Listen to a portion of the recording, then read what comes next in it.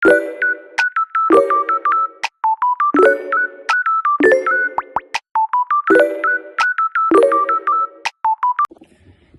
Rusia dimulai dengan sejarah bangsa Slavia Timur. Waktu spesifiknya dimulai sejarah Rusia adalah pendirian negara bangsa Rus di utara pada tahun 862, diperintahkan oleh bangsa Varangia pada tahun 882. Pangeran Oleg dari Novgorod merebut Kiev, menyatukan tanah di utara dan selatan bangsa Slavia dengan satu pemerintahan.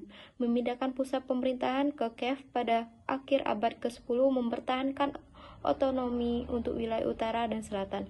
Negara tersebut mengadopsi kekristenan dari Kaisaran Bizantium pada tahun 988, memulai perpaduan antara budaya Bizantium dan Slavia yang kemudian menentukan budaya Rusia selama 1000 tahun berikutnya. Rus Kiev sebagai sebuah negara akhirnya hancur akibat invasi oleh Mongol pada tahun 1237 sampai 1240 setelah abad ke-13.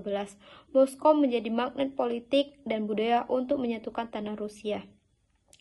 Pada abad ke-15, banyak kepangeran kecil di sekitar Moskow disatukan dengan Kadipaten Agung Moskow yang mengambil kendali penuh atas kedaulatan yang sendiri di bawah Ivan yang Agung. Wabarakatuh. Perkenalkan, nama saya Eki Bojan, nomor NIM 2024 06 10 202. Batas wilayah negara Rusia ini berbatasan dengan wilayah Norwegia dan Finlandia. Batas wilayah Rusia adalah dengan wilayah seluas 17.125 km persegi. Rusia adalah negara terluas di dunia. Wilayah ini mencakup 1/8 luas daratan bumi. Penduduk menduduki peringkat ke-9 terbanyak di dunia dengan jumlah 1.470 jiwa pada tahun 2022. Wilayah membentang sepanjang Asia Utara dan sebagian Eropa Timur. Rusia memiliki 11 zona waktu dan wilayahnya terdiri dari berbagai tipe lingkungan dan tanah.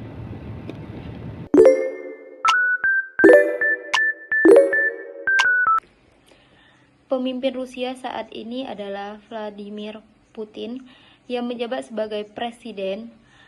Putin pertama kali menjabat sebagai presiden pada tahun 2000, kemudian sempat menjadi sebagai Perdana Menteri antara pada tahun 2004 hingga sampai 2008. Sebelum kembali menjadi presiden pada 2012, dia terpilih lagi pada 2018 dan memegang posisi hingga pada saat ini. Meskipun dengan beberapa perubahan dalam konstitusi Rusia yang memungkinkan dia untuk tetap berkuasa lebih lama. Metode pemimpin dipilih pada Rusia. Presiden Rusia dipilih secara langsung melalui pemungutan suara rakyat yang dilaksanakan mulai hari Jumat dan berakhir pada hari Minggu untuk masa jabatan 6 tahun. Untuk slide selanjutnya yaitu terkait bentuk negara federal atau kesatuan. Negara Rusia menganut bentuk negara federal. Berdasarkan sistem tata negaranya, Rusia adalah negara hukum federatif yang demokratis. Federasi Rusia adalah negara federal yang berarti kekuasaan di dalamnya terbagi antara pemerintah federal yang berkantor pusat di Moskow dan unit otonom yang disebut sebagai subjek federal dari pemerintah federal, menjadikan Moskow sebagai pusat politik, ekonomi, dan budaya terbesar di Rusia, yang juga berfungsi sebagai ibu kota negara. Terdapat 85 subjek federal yang membentuk negara Rusia merupakan sebuah federasi. Penetapan subjek federal yang mempunyai keleluasaan dalam mengatur pemerintahan dan pembuatan kebijakan lokal, struktur federal Federasi Rusia secara sistematis membagi wilayah negaranya. Pembagian wilayah ini mencakup beberapa jenis subjek federal ini meliputi yaitu yang pertama, republik. Republik ini mempunyai mayoritas etnis tertentu dan diberikan otonomi yang lebih besar. Yang kedua, krai atau wilayah dan oblast atau provinsi. Otonomi federal yang memiliki kemiripan dengan provinsi atau wilayah administratif lainnya di negara Rusia. Yang ketiga, distrik otonom atau daerah otonom. Diberikan status khusus karena populasi minoritas etnis yang signifikan. Yang keempat, kota federal. Dalam hal ini, memberi mereka otonomi lebih besar dalam mengatur urusan mereka sendiri. Baik, next. Konstitusi Federasi Rusia adalah hukum tertinggi yang mengatur tata cara pemerintahan dan hak-hak warga negara di Rusia, yang telah disahkan pada tahun 1993. Konstitusi ini menetapkan Federasi Rusia sebagai negara demokratis federal yang berdasarkan supremasi hukum, pemisahan kekuasaan, dan perlindungan hak-hak asasi manusia. Masing-masing dalam hal ini mempunyai tingkat otonomi yang berbeda-beda sesuai dengan konstitusi. Kerangka kerja federal disusun sehingga setiap subjek federal memiliki konstitusi dan pemerintahannya sendiri yang bertanggung jawab untuk mengatasi permasalahan dalam negeri dan melaksanakan kebijakan lokal. Di sisi lain, pemerintah federal terus memegang wewenang untuk memastikan bahwa undang-undang federal dipatuhi di seluruh wilayah Federasi Rusia. Lalu, bentuk sistem federal dimaksudkan untuk menciptakan keseimbangan kekuasaan antara pemerintah pusat dan daerah, serta memastikan bahwa berbagai kelompok budaya dan etnis Rusia tetap hidup berdampingan secara damai.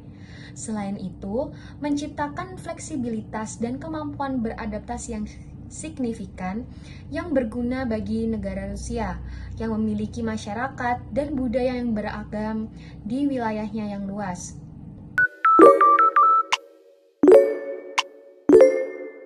Izin memperkenalkan diri, nama saya Faiz Dharma Putra Yudhistira, nomor induk mahasiswa 2024 06 10201. Baik, di sini saya akan menjelaskan mengenai sistem pemerintahan Rusia. Jadi, Rusia pada tanggal 12 Desember 1993 Rusia debut atau mendeklarasikan diri sebagai negara hukum yang berbentuk federasi dengan sistem pemerintahan presidensial. Sistem pemerintahan Rusia sendiri adalah presidensial, artinya kekuasaan presiden berada penuh pada diri seorang presiden, baik sebagai kepala negara maupun sebagai kepala pemerintahan. Kedudukan presiden dalam hal ini mutlak sebagai eksekutif yang tidak bertanggung jawab kepada parlemen atau badan perwakilan rakyat.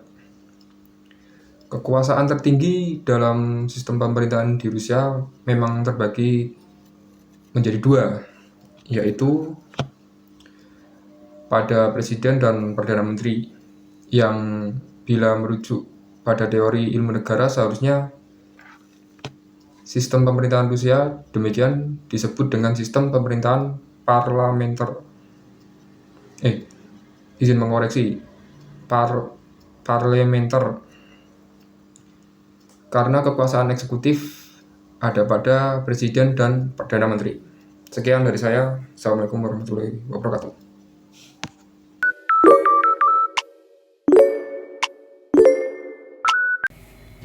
Assalamualaikum warahmatullahi wabarakatuh. Sebelumnya, perkenalkan, nama saya Susan Eka Primasari dengan NIM 202406100203.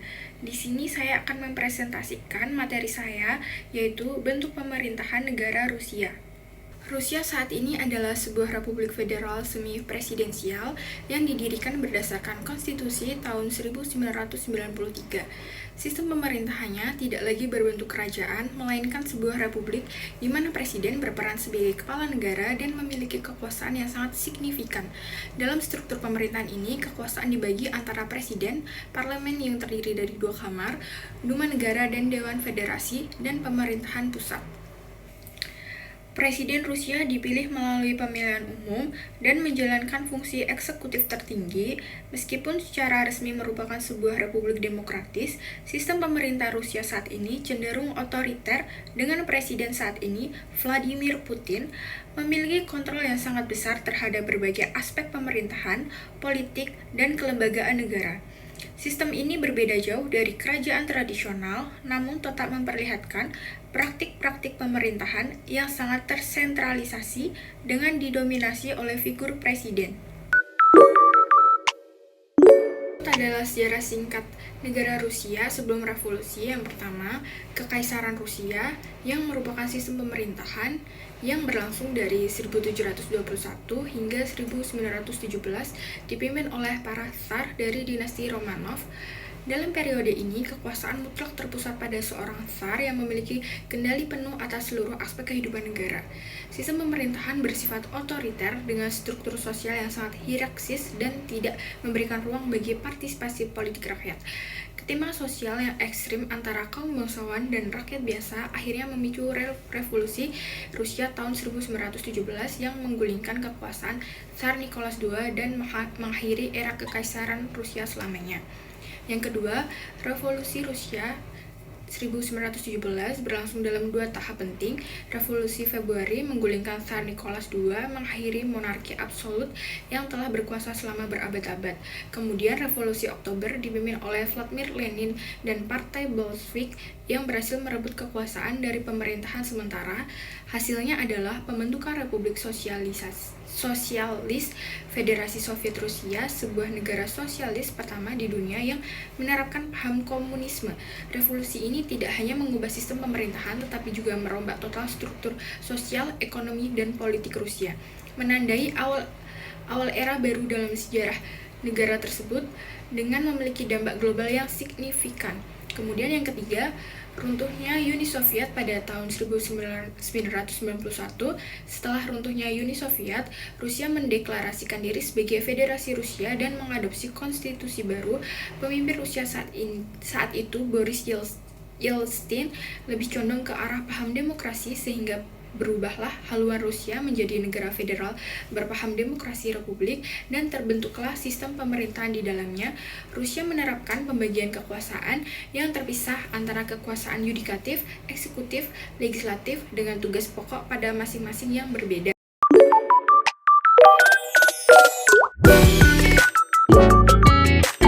Sebelumnya saya di sini memperkenalkan diri. Nama saya Muhammad Kevin dengan NIM 2024061024. Saya di sini ingin memaparkan tentang nama konstitusi negara Rusia. Konstitusi Rusia dikenal sebagai Undang-Undang Dasar Federasi Rusia yang ditetapkan pada 12 Desember 1993. Konstitusi ini merupakan hasil dari proses reformasi politik setelah runtuhnya Uni Soviet. Selanjutnya, beberapa poin penting mengenai konstitusi Rusia. Yang pertama ada struktur dan prinsip dasar. Sistem pemerintahan konstitusi Rusia ini menetapkan sistem pemerintahan republik semi presidensial, di mana presiden adalah kepala negara dan perdana menteri adalah kepala pemerintahan. Yang kedua, republik otonom konstitusi. Untuk poin yang kedua ada republik otonom. Konstitusi mengakui keberadaan republik-republik otonom di dalam federasi yang memiliki hak untuk mengatur urusan internal mereka sendiri. Ada lagi poin yang ketiga, amandemen konstitusi. Konstitusi dapat diamandemen, tetapi prosesnya memerlukan persetujuan dari 2/3 anggota Majelis Federal dan persetujuan dari Presiden. Poin yang keempat, ada landasan hukum. Konstitusi ini menjadi landasan hukum bagi semua undang-undang dan peraturan yang ada di Rusia. Mungkin sekian saja pemaparan dari saya. Mohon maaf atas salah kata. Terima kasih.